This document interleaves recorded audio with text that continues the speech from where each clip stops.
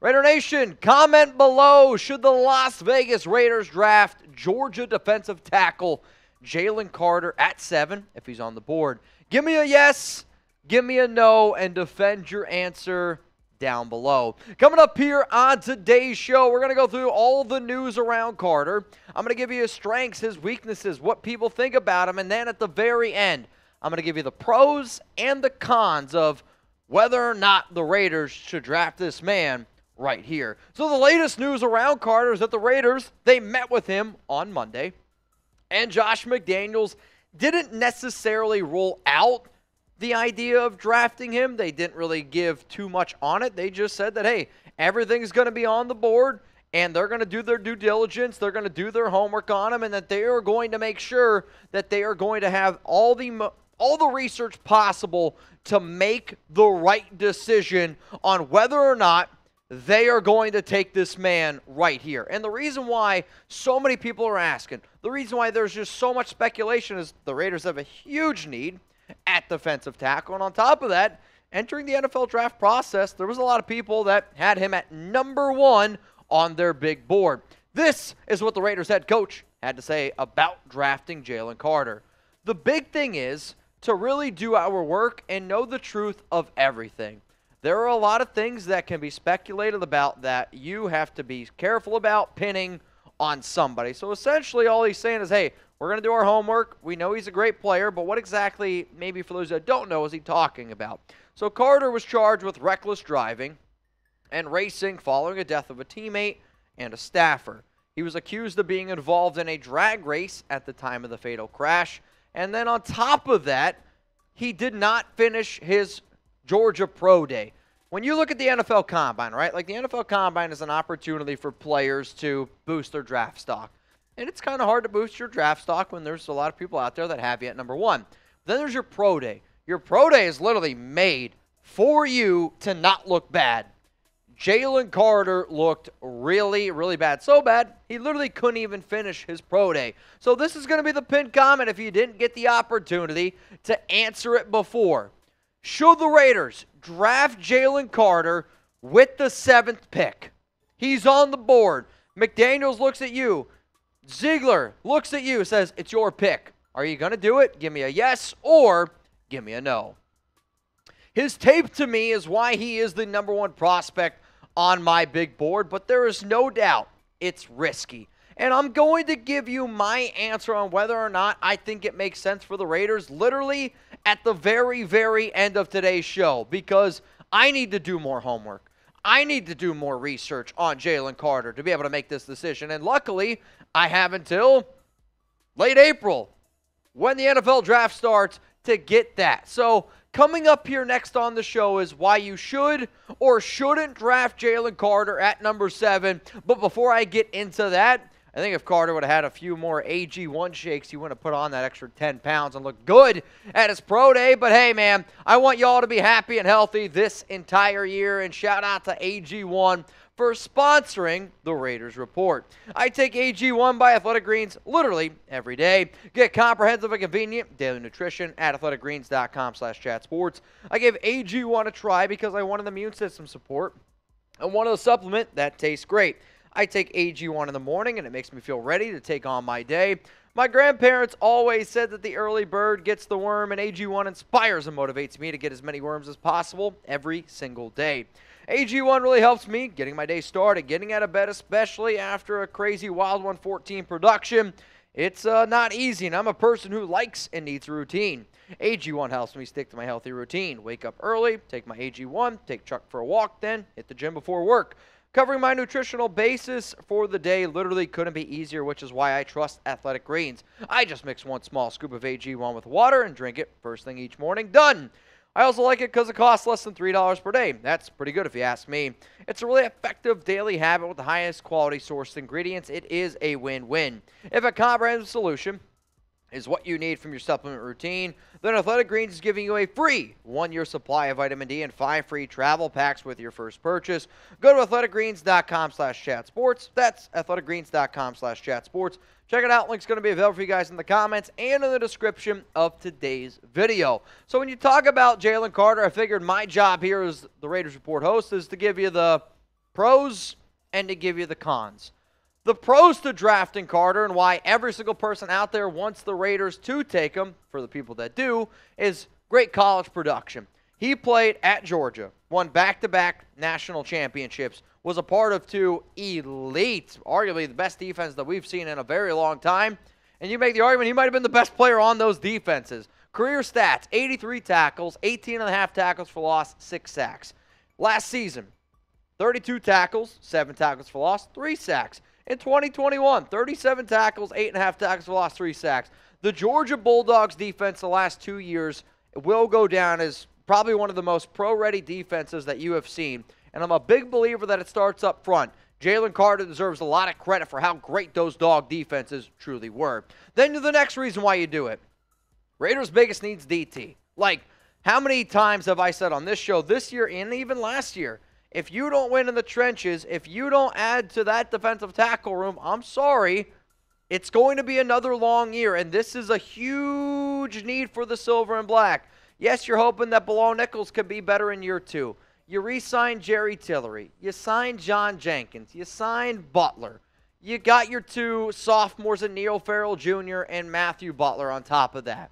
But, like, let's face it, there is not a lot of great players here, and the Raiders can spin it to me any way they want. You had Jalen Carter. He's the best defensive tackle on this room, and guess what? It's not even close. Now, before I show you the final reason here of why you would want the Raiders to take him, I want to give a huge shout-out to Willie Stewart. He said, thanks for all you do for Raider Nation. And he sent in a super thanks. For those who don't know, super thanks is like a super chat on non-live videos. And I always tell people, hey, man, if you haven't already subscribed, what the hell are you waiting for? That tells you all you need. The fact that somebody loves this show enough to send in their own hard-earned money, that's why you subscribe. We're going to build a relationship with you because that's what the nation is about, building that family. So some other loyal watchers that we have on the show. Raider Jim, I see you, man. He's always down to have a good beer, right? Tomb Raider, Aaron Devandry, one of the GOATs over on Locals. Mark, always tuning in. And then Nonstop Hustler. I see you, and I appreciate the hell out of all of y'all. If you haven't, subscribe. You get a shout-out on the show like these guys did. Let's go to the final reason. The talent, it's insane. I am a person, when I evaluate a player, you watch the tape, right? And this is what kills me about Carter. It's when you turn on the tape, he's the best player in the draft. He is my #1 guy on my board. And it's a need. Great college production. You're checking off all these boxes. But it's the off-the-field stuff that is scaring the hell out of me. Lance Zierlein, an NFL draft guy, this is what he had to say on Jalen Carter.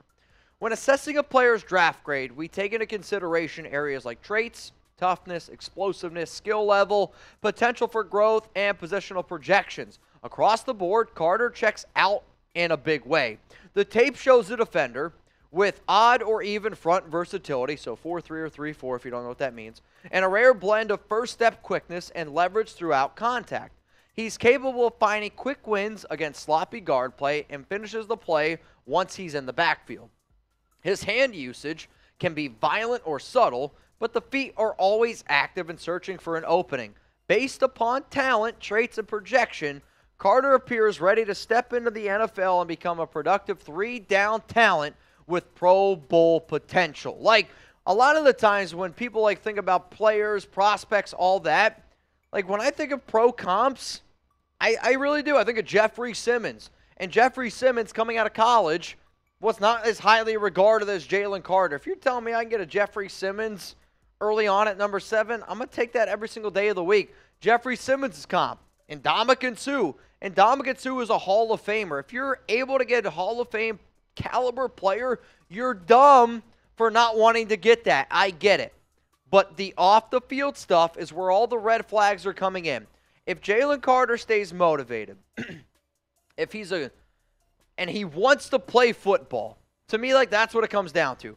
If Carter wants to play football and he's motivated, he's good enough to be a Hall of Famer. It's just, does he want to be a Hall of Famer? Coming up next year on the Raiders Report, why you shouldn't take Carter at #7, because that's the biggest question.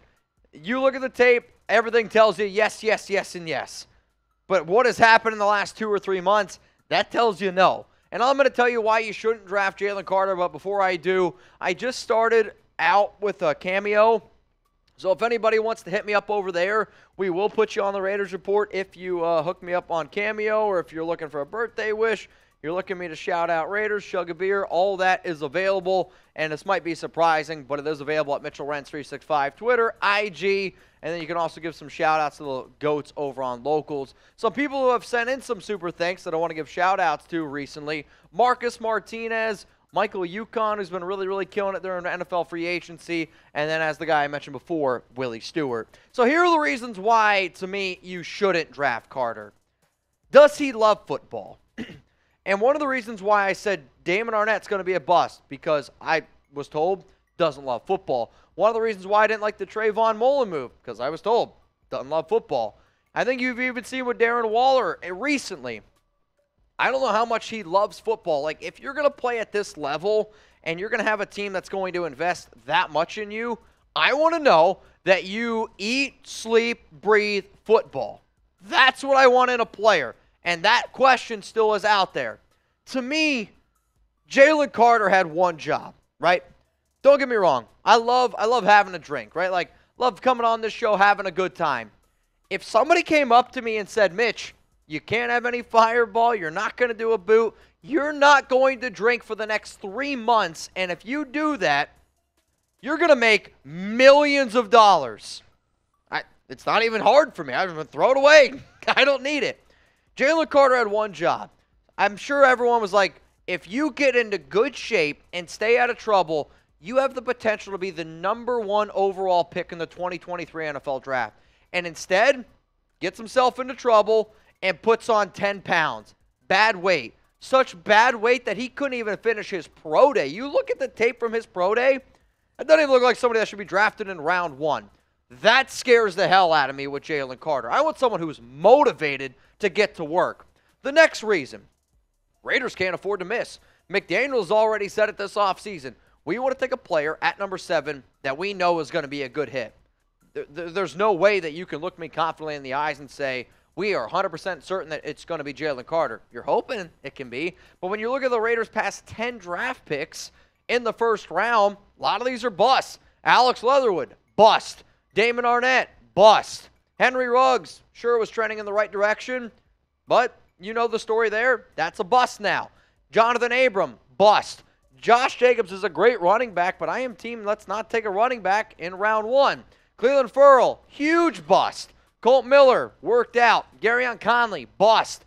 Carl Joseph, bust. Amari Cooper was a good receiver, but you traded him away. The Raiders literally cannot afford to miss again in round 1. And then the other reason why maybe you don't want to take him, because you can't afford to miss, there's going to be other great talent there at number 7. Now, the top 10 players that I have that you're about to see on screen are the 7 players, 8 options, is I don't think Will Anderson's going to be available. I don't think C.J. Stroud, Bryce Young, those guys off the board, so I didn't put them here. So to me, like, if you're uncomfortable taking Carter, you have the opportunity to maybe get the best offensive lineman of the draft in Peter Skoronski. There's Chris Gonzalez, there's Tyree Wilson, Joey Porter Jr., Devin Witherspoon, Will Levis, Anthony Richardson, other options. Or you could trade back. If you don't love these prospects as much as you love Carter, but you're scared to take Carter at 7 because of the off the field, and you have the ability to trade back, trade back. Because I'll tell you this right now, I've said it before. If I'm able to get a Devin Witherspoon and a Kalijah Cansey, if I'm able to get a Tyree Wilson and then a Deonta Banks late in the draft, I will do that every single day over just taking Jalen Carter at number 7. So here's my question to you, and this is maybe the biggest question because this determines my answer. What is your confidence level in Jalen Carter to be a Pro Bowler? To be a consistent Pro Bowler year in and year out? To be a player like a Jeffrey Simmons? To be a guy like an Ndamukong Suh where you're looking 10 years from now, you're like, that's a Hall of Famer. Like Jeffrey Simmons, if he continues to play the way he is, Hall of Famer. Ndamukong Suh, Hall of Famer. What is your confidence level in Jalen Carter to be a Pro Bowler? Scale it for me from 1 to 10. And the reason why I ask that is this. If you are an 8 or above, you draft Jalen Carter. If my job, which for Dave Ziegler and for Josh McDaniels over the next, month is to do as much homework as humanly possible on every prospect. If I do all the homework humanly possible on this prospect and I come out of our meetings and say it's an 8 or above, you take him at number 7.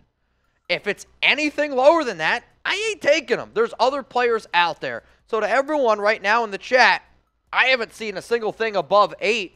You're not taking Jalen Carter at number 7. For me right now, I'm not at an 8 yet. Now I'm going to do some homework. I'm going to do some more research, which we have that ability to do, and every single person should be allowed to do it. But if the draft were to be today, I'm not taking Jalen Carter at 7. If he gets in better shape, you go on from there. That conversation can change. But if the Raiders do take Carter, I'll tell you this, we're going to push him. But he has the upside to be the best player in this year's draft, which I do think personally is a very, very special thing.